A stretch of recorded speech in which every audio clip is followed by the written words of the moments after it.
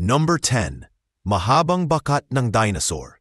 Sa Texas, isang matinding tagtuyot ang nagbunyag ng napakahabang bakas ng mga dinosaur sa ilog Paluxy. Natuklasan dito ang malalaking yapak na may 3 daliri na matagal nang nakatago sa ilalim ng tubig. Ang mga ito ay tinatayang mula pa noong 113 million years na ang nakalipas, panahon kung kailan namumuhay ang mga dambuhalang hayop na ito. Ayon sa mga opisyal ng parke, kabilang sa mga nakitang bakas ang pagmamay-ari ng Acrocanthosaurus, isang mabangis na mandaragit na tumitimbang ng halos 7 tons. Ang iba naman ay bakas ng Sauroposeidon, isang napakalaking halamang kumakain na umaabot ng 18 meters ang taas at 44 tons ang bigat. Pinag-igihan ng mga manggagawa at voluntaryo ang paglilinis gamit ang tubig, blower at walis upang mailantad ng buo ang mga bakas. Sa kanilang pagtuklas, naging malinaw na ito ay isa sa pinakamahabang landas ng dinosaur sa buong mundo na bihirang makita kahit ng mga bantay ng parke. Ang kaganapang ito ay nagbigay daan upang mas mailapit ang kasaysayan sa publiko at mas maunawaan kung paano namuhay ang mga sinaunang hayop bago pa man ang tao. Ang pagkakabunyag ng ganitong uri ng ebidensya ay nagsisilbing paalala na maraming lihim ng kalikasan ang nakatago at naghihintay lamang ng tamang pagkakataon upang lumantad. Number 9. Bomba mula ikalawang digmaan. Sa Italia, isang nakamamatay na alaala ng digmaan ang natagpuan sa ilog Po noong panahon ng matinding tagtuyot.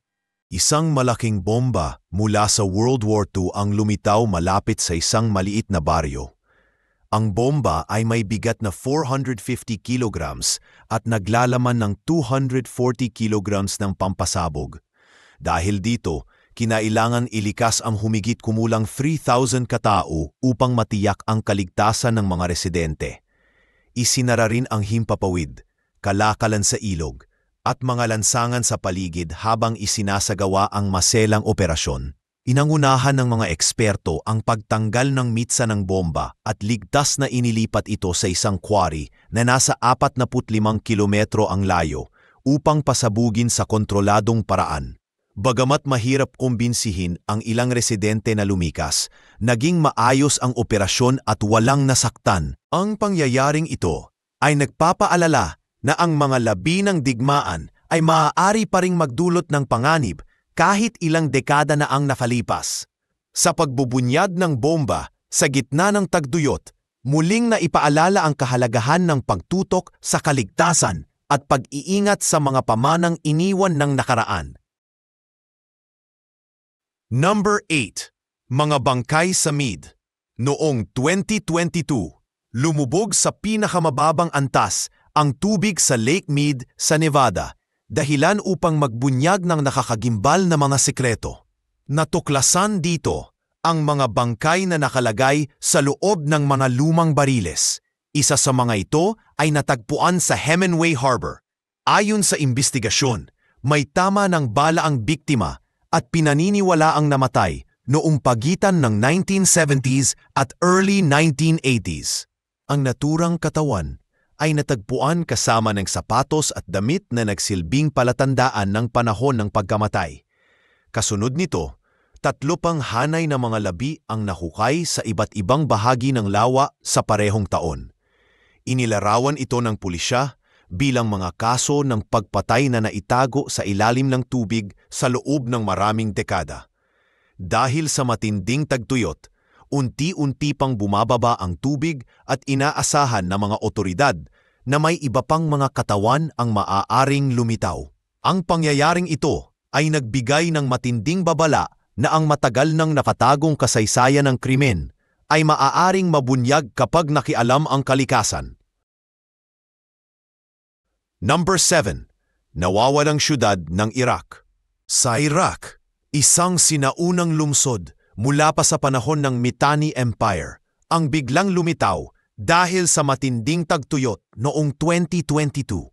Sa pagbaba ng tubig sa Mosul Reservoir, natuklasan ang mga guho ng isang bayan na tinatayang 3,400 years na ang tanda.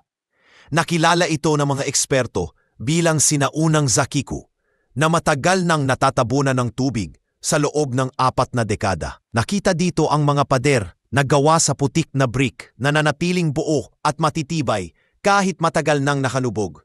Natagpuan din ng mga arkeologo ang isang palasyo na may makukulay na pinta sa dingding, malalaking tore at higit sa 100 clay tablets na nakalagay sa mga sisidlan.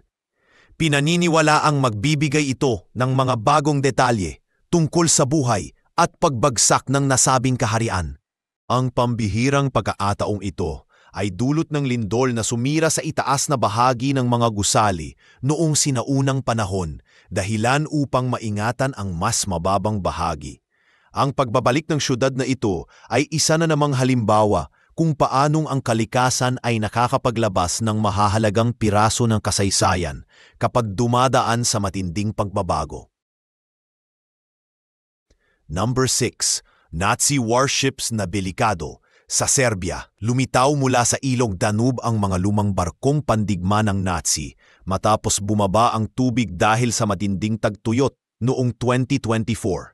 Ang mga barkong ito ay sinadyang palubugin ng mga Aleman noong 1944 upang pigilan ang pag-usad ng tropang Soviet. Sa kanilang paglitaw, natuklasan na taglay pa rin nila ang mga hindi sumabog na bomba at bala na nagdudulot ng panganib para sa mga residente at sa modernong paglalayag sa ilog. Nagbunsod ito ng malawakang operasyon ng pamahalaan ng Serbia upang alisin ang mga barko at tiyaking ligtas ang daluyan ng tubig. 21 barko ang planong tanggalin bago matapos ang taon at marami pang iba sa mga susunod. Ang unang barko ay matagumpay na naiahon noong Agosto 2024 matapos ang halos 8 dekada sa ilalim ng tubig. Ipinapakita ng insidenteng ito na kahit matapos ang mahabang panahon, ang mga labi ng digmaan ay patuloy pa ring nagdadala ng panganib at hamon para sa kasalukuyan. Number 5. Mukhang tao sa bato. Sa Brazil, isang tagtuyot noong 2023 ang nagbunyag ng mga sinaunang ukit ng mukha ng tao sa Ilog Negro, malapit sa Manaus. Matapos bumagsak ang level ng tubig ng 15 metro, lumantad ang mahigit 100 petroglyph na nagtatampok ng iba't ibang ekspresyon ng muka, pati na rin ang mga hayop at hugis geometriko. Pinaniniwalaan ng mga eksperto na ang mga ito ay likha ng mga katutubong komunidad may 1,000 hanggang 2,000 years na ang nakararaan. Ayon sa mga arkeologo, ang lugar na tinatawag na Ponto das Lajes ay dati ring ginagamit sa paghasa ng sibat at pana.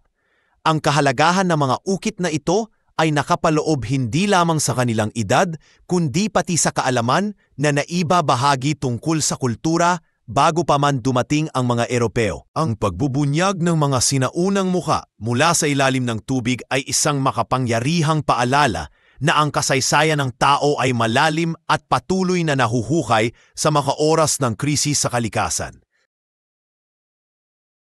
Number 4. Mga batong babala. Sa Czech Republic, natuklasan sa ilog Elbe ang mga tinatawag na hunger stones tuwing bumababa ang tubig dahil sa tagtuyot. Ang mga batong ito ay may nakaukit na mga babala mula pa 400 taon na ang nakararaan. Isa sa pinakakilalang bato ay may nakasulat na kung nakikita mo ako, umiyak ka, na inukit noong 1904. Ang mga bato ay nagsisilbing paalala sa mga tao noon na ang pagbaba ng tubig ay senyales ng darating na gutom at kahirapan dahil sa masamang ani. Noong 2022, lumitaw muli ang mga batong ito dahil sa pinakamapinding tagtuyot na tumama sa Europa sa loob ng 500 taon. Ang mga nakaukit na petsa ay nagtatala ng mga taon kung kailan nagkaroon ng matinding kakulangan sa pagkain at nagiging gabay para sa mga komunidad. Ang ganitong uri ng paalala mula sa nakaraan ay nagpapakita kung paano nakadepende ang mga tao sa kalikasan at kung paanong ang kasaysayan ng kahirapan ay naiiwan bilang marka sa mga bato. Number 3. Libingan ng mga bata. Noong 2011, sa panahon ng matinding tagtuyot sa Texas, lumitaw sa ilalim ng Richland Chambers Reservoir ang isang misteryosong libingan ng 25 bata. Ang bawat isa ay nakalibing sa maliliit na kahong-kahoy na may mga pako na nilikha pa bago ang year 1890. Ayon sa mga arkeologo, ang mga bata ay pinaniniwala ang inilibing mahigit 100 taon na ang nakalipas. Ang kanilang mga labi ay natagpuan ng mga naglalayag at agad na inimbestigahan ng mga eksperto. Pinaniniwalaan ang sementeryo ay pag-aari ng mga dating aliping naging manggagawa sa bukid matapos ang American Civil War. Ang lugar ay naging bahagi ng kasaysayan ng mga Afro-American na nagtatrabaho sa mga taniman ng koton noong late 1800s. Ang mga batang ito na walang lapida o palatandaan ng kanilang mga libingan ay muling lumantad matapos lumubog ang lugar sa tubig noong 1980s. Ang kanilang pagkakabunyag ay nagsilbing paalala ng mga hindi na ikukwentang kwento ng kahirapan at sakripisyo ng mga naunang henerasyon. Number 2. Lumitaw na lumang simbahan. Sa Mexico, isang simbahan mula pa noong 16th century ang muling lumitaw matapos ang halos 6 na dekada nitong pagkakalubog sa ilalim ng tubig. Ang tinatawag na Temple of Quechula ay itinayo noong year 1564 at matatagpuan sa Ilog Grijalva. Ang istruktura ay may habang 61 meters at may tore na abot hanggang 15 meters ang taas. Noong una itong naitayo, nagsilbing lugar ng pananampalataya at pamayanan. Subalit nang ipatayo ang Malpaso Dam noong 1966, tuluyan itong lumubog. Nang bumaba ang tubig dulot ng matinding tagtuyot, muling nasilayan ang kumpletong istruktura na para bang hindi ito nasira sa paglipas ng panahon. Ang mga bisita ay nakapasok na mismo sa loob at nasilayan ang matitibay na arko at dingding. May mga ulat na iniwan ang lugar noong 1770s dahil sa pagkalat ng salot. Ngayon, ang pagbabalik ng simbahan ay hindi lamang nagsisilbing atraksyon, kundi paalala rin ng kasaysayan ng pananampalataya at kaligtasan mula sa mga trahedya ng nakaraan. Number 1. Spanish Stonehenge. Sa Spain, muling lumitaw ang isang sinaunang estrukturang megalithic na tinatawag na Dolmen of Guadalperal. Tinaguriang Spanish Stonehenge, ito ay may edad na halos 5,000 years at matatagpuan sa reservoir ng Valdecañas. Nabubuo ito ng humigit kumulang 150 na malalaking patong granite na nakapalibot sa isang oval chamber na may 5 metro ang lapad. Ang estrukturang ito ay unang natuklasan noong 1926, ngunit 4 na beses pa lamang naipakita ng buo dahil madalas itong natatakpan ng tubig. Noong tagtuyot ng 2022, bumaba sa 28% ang antas ng tubig ng reservoir, dahilan upang muli itong mabunyag. Ayon sa mga arkeologo, isa itong pambihirang pagkakataon para maitala ang mga ukit at detalye ng sinaunang estruktura bago ito muling matakpan ng tubig. Ang sinag ng araw na pumapasok sa pagitan ng mga bato tuwing umaga ay nagbibigay ng misteryosong tanawin na nagdudugtong sa kasalukuyan at nakaraan. Sa pagbabalik ng Spanish Stonehenge, muling nabuhay ang interes ng mga tao sa sinaunang kultura at pamana ng Europa.